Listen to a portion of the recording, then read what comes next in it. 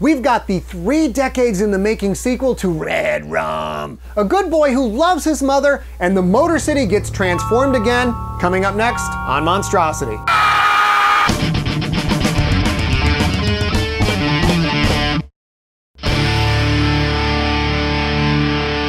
Hello, I am horror author Scott Sigler, and welcome to Monstrosity, the show that covers news in the worlds of horror, sci-fi, and fantasy. Subscribe to the show already, and we'll force feed you goodies every week. Author Stephen King has a long history of sales record-shattering blockbusters that have embedded themselves in our pop culture consciousness. It, Misery, Carrie, The Stand, the list goes on and on. But one book shines above all others as the legacy to his career, and that book is the 1977 novel, The Shining. Here's Johnny! 36 years later, the tale of psychic child Danny Torrance finally gets a sequel titled Dr. Sleep. Out September 24th, 2013, Dr. Sleep follows an adult Danny Torrance who runs into a bit of a pickle. On highways across America, a tribe of people called the True Knot travel in search of sustenance. They look harmless, mostly old, lots of polyester, and devoted to their comfortable recreational vehicles. But they live off the steam that children with The Shining produce when they are slowly tortured to death. Word is that King is already working on his next wholesome family tale, Chicken Soup for the Child Murderer's Soul. Bates Motel is a new horror-centric TV show that provides backstory to the 1960 Alfred Hitchcock classic, Psycho.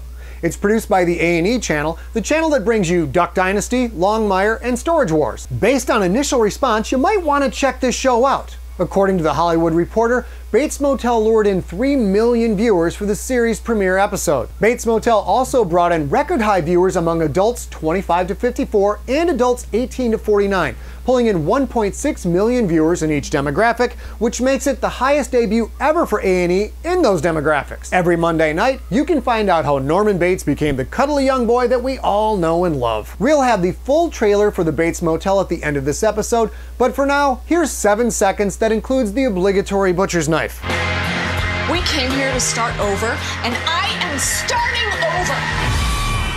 It's all gonna be good, Norman.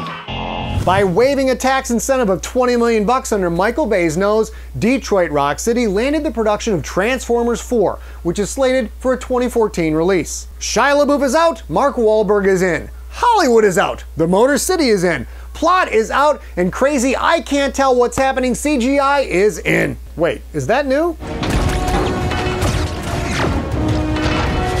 Nope, same as it's ever been. The plot for TF4 follows on the end of TF3. Autobots and Decepticons have all but vanished from the face of the planet, but a group of powerful, ingenious businessmen attempt to replicate the tech and wind up going beyond what they can control.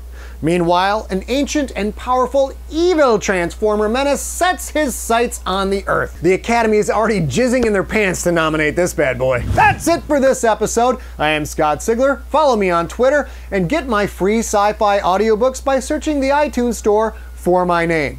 I will be back to violate your eyes and ears next week, right here on Monstrosity.